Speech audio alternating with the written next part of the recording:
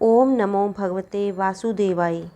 श्रीमद्भागवत गीता का पहला अध्याय विषाद योग। जब कौरव और पांडव महाभारत के युद्ध को चले तब राजा धृतराष्ट्र ने कहा, मैं भी युद्ध देखने चलूँगा। तब श्री वेद व्यास जी बोले, हे राजन, नेत्रों के बिना कैसे देखोगे। राजा धृतराष्ट्र ने कहा, हे प्रभु जी, देखूँगा नहीं तो श्रवण तो करूँगा। तब व्यास जी बोले, हे राजन, तेरा सारथी संजय जो कुछ महाभारत के युद्ध की लीला कुरुक्षेत्र में होगी सो तुझे यहाँ बैठे बैठे ही श्रवण करवाएगा। वेद व्यास जी के मुख से यह वचन सुन संजय ने विनती करी, हे प्रभु, यहाँ हस्तिनापुर में कुरुक्षेत्र की लीला मैं कैसे जानूँगा तथा राजा से किस भांति कहूँगा। तब व्यास जी ने प्रसन्न होकर संजय से कहा, हे संजय, मेरी कृपा से तुझे यहाँ से ही दिखाई देगा। व्यास जी के इतना कहते ही संजय की दिव्य दृष्टि हो गई और बुद्धि भी उनकी दिव्य हो गई। अब आगे महाभारत का कौतुक कहते हैं, सुनो। 7 अक्षौहिणी सेना पांडवों की और 11 अक्षौहिणी सेना कौरवों की, यह दोनों सेनाएं कुरुक्षेत्र में जब एकत्र हुई तब धृतराष्ट्र ने कहा, हे संजय, धर्म के क्षेत्र में युद्ध की इच्छा से एकत्र हुए मेरे और पांडु के पुत्रों ने क्या किया। संजय ने कहा, पांडवों की सेना को व्यूहित देखकर दुर्योधन द्रोणाचार्य के समीप जाकर कहने लगे, हे आचार्य, देखिए, आपके शिष्य बुद्धिमान द्रुपद पुत्र ने पांडवों की बड़ी सेना की कैसी व्यूह रचना की है। इस सेना में अर्जुन, भीम, बड़े बड़े धनुषधारी वीर, युयुधान, विराट, महारथी, द्रुपद, धृष्टकेतु, चेकितान, बलवान, पुरुजित, कुंती भोज, नरों में श्रेष्ठ शैव्य, पराक्रमी युधाभिमन्यु, बलवान उत्तमौजा, अभिमन्यु व द्रौपदी के 5 पुत्र सब के सब महारथी हैं। हे ब्राह्मण श्रेष्ठ, आपके स्मरणार्थ अब मैं सेना के प्रधान सेनापतियों के नाम वर्णन करता हूँ। आप भीष्म, कर्ण, युद्ध विजयी कृपाचार्य, अश्वत्थामा, विकर्ण, सोमदत्त का पुत्र भूरिश्रवा और बहुत से शूरवीर मेरे लिए प्राण तक देने को तैयार हैं। ये लोग शस्त्र चलाने में भी बहुत चतुर हैं और सब युद्ध विद्या में प्रवीण हैं। हमारी सेना जिसके भीष्म रक्षक हैं अपार बल है और उसकी सेना के जिसके भीम रक्षक हैं थोड़ा सा बल है। अब आप सब अपने मोर्चों पर सावधान रहकर सेनापति भीष्म की रक्षा कीजिए। कुरुवृद्ध भीष्म पितामह ने दुर्योधन को प्रसन्न करते हुए और ऊंचे स्वर में गरजते हुए शंख बजाया। फिर चारों ओर शंख, नगाड़े, ढोल, गोमुख आदि अनेक बाजे बजने लगे, जिनका बड़ा भयंकर शब्द हुआ। इसके अनंतर सफ़ेद घोड़ों के रथ पर बैठे माधव श्री कृष्ण और पांडव अर्जुन ने भी दिव्य शंखों को बजाया। श्री कृष्ण ने 5 जन्य और अर्जुन ने देवदत्त नामक शंखों को और भीषम कर्म करने वाले भीम ने पौंड्रक नामक बड़े शंख को बजाया। कुंती पुत्र धर्मराज युधिष्ठिर ने अनंत विजय, नकुल ने सुघोष, सहदेव ने मणिपुष्प तथा महान धनुर्धर काशीराज, शिखंडी, धृष्टद्युम्न, विराट, अपराजित, सत्यकी, राजा द्रुपद और द्रौपदी के 5 पुत्र तथा महाबाहु अभिमन्यु, इन सब वीरों ने अपने अपने शंखों को बजाया। उन शंखों के भारी शब्द से आकाश और पृथ्वी गूंज उठी और धृतराष्ट्र के पुत्रों के हृदय कांप उठे।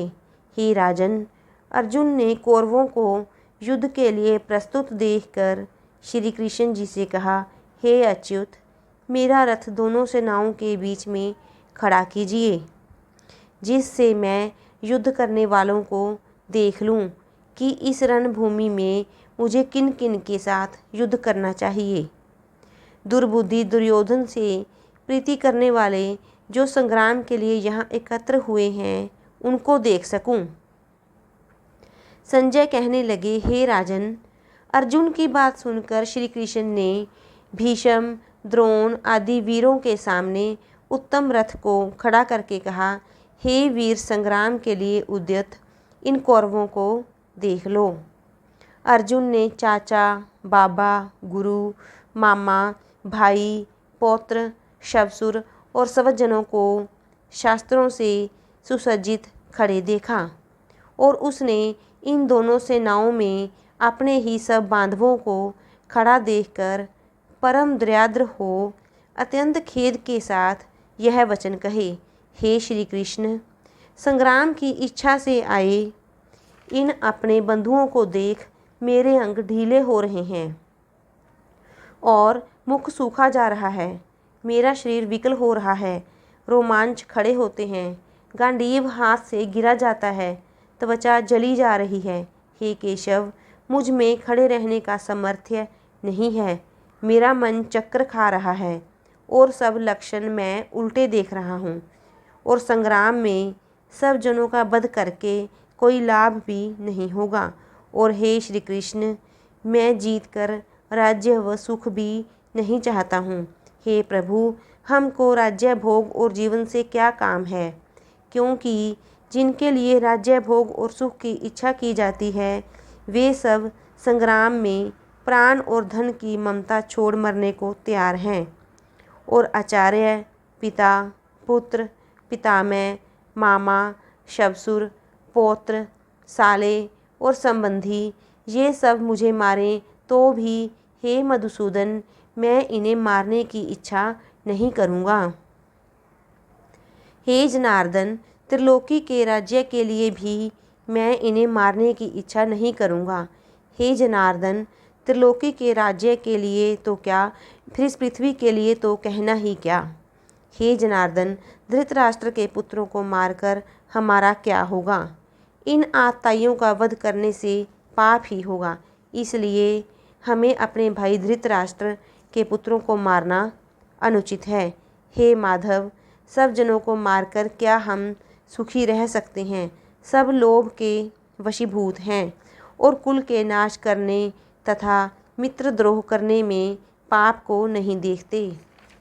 कुल नाश को जानते हुए भी हमको इस पातक से क्यों नहीं दूर रहना चाहिए। कुल का नाश होने से कुल के प्राचीन धर्म नष्ट हो जाते हैं, फिर धर्म नाश होने से कुल में पाप बढ़ता है। हे श्री कृष्ण, पाप से कुल की स्त्रियां व्यभिचारिणी हो जाती हैं, जिनसे वर्णशंकर संतान उत्पन्न होती है। यह वर्णशंकर जिन पुरुषों ने कुल को नष्ट किया है उनको तथा उस कुल को नरक में पहुंचाते हैं, क्योंकि श्राद्ध तर्पणादि आदि बंद हो जाते हैं। वर्णशंकर बनाने वाले दोषों से कुल ध्वंसकों के जाति धर्म और कुल धर्म निरंतर नाश हो जाते हैं।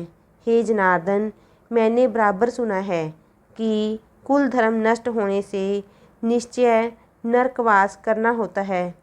हाय, हम बड़ा पातक करने को तैयार हैं।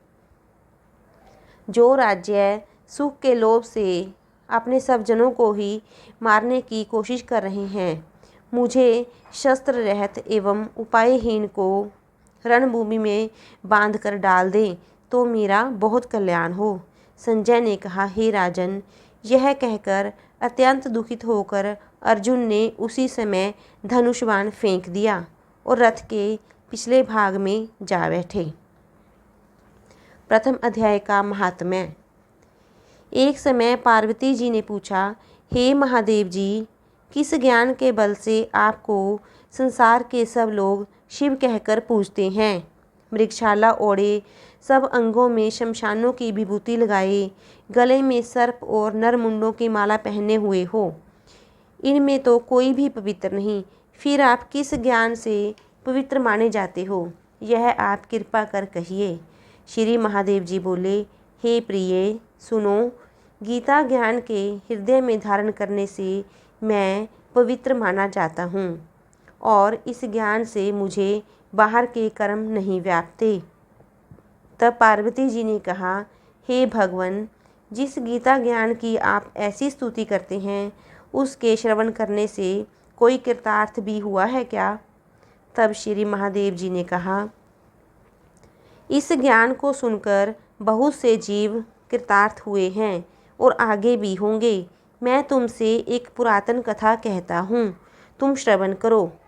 एक समय पाताल लोक में शेषनाग की शैया पर श्री नारायण जी नैन मूंदकर आनंद में मगन थे।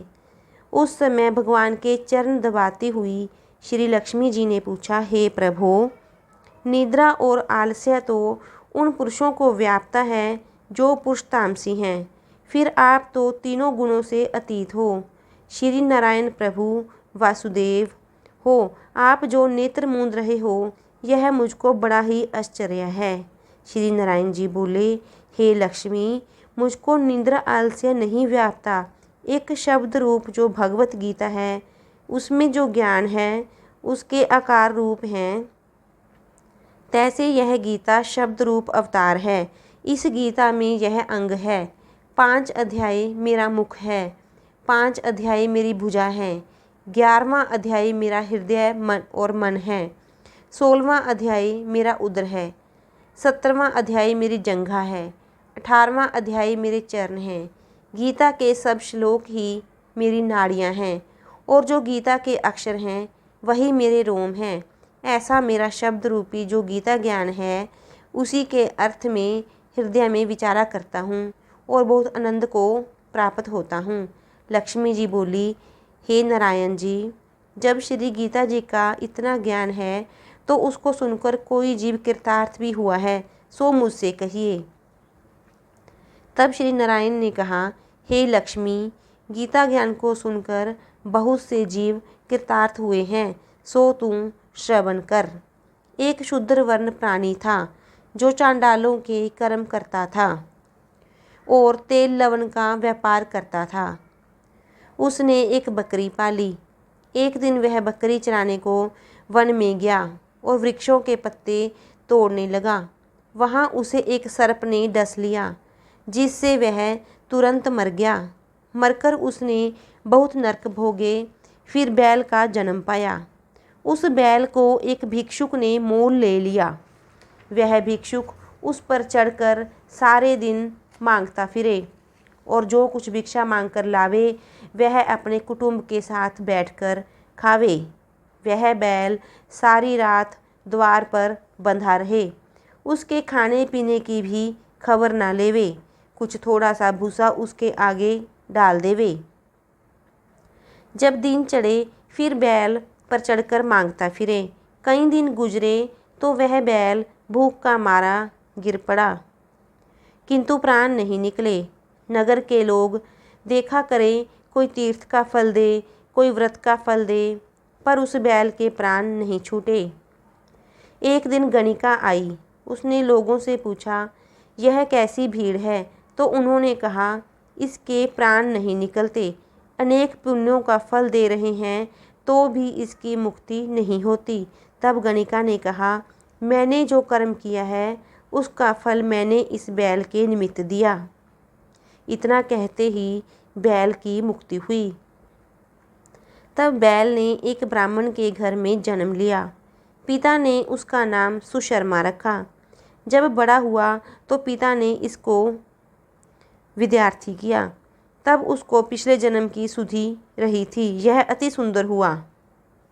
इसने एक दिन मन में विचार किया, जिस गणिका ने मुझे बैल की योनि से छुड़ाया था उसका दर्शन करूं।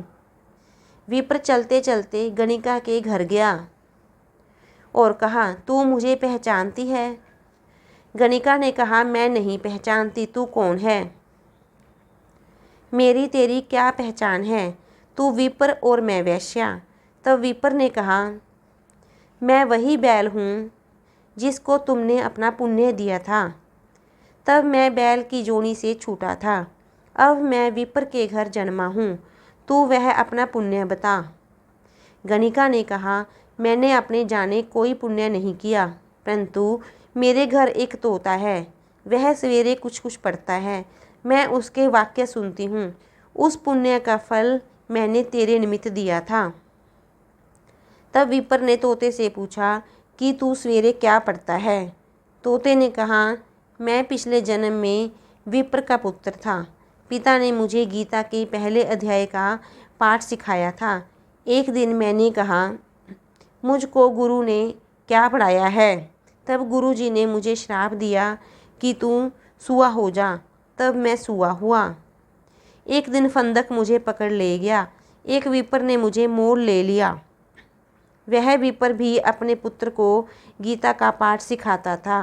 तब मैंने भी यह पाठ सीख लिया। उस दिन विप्र के घर में चोर घुस पड़े।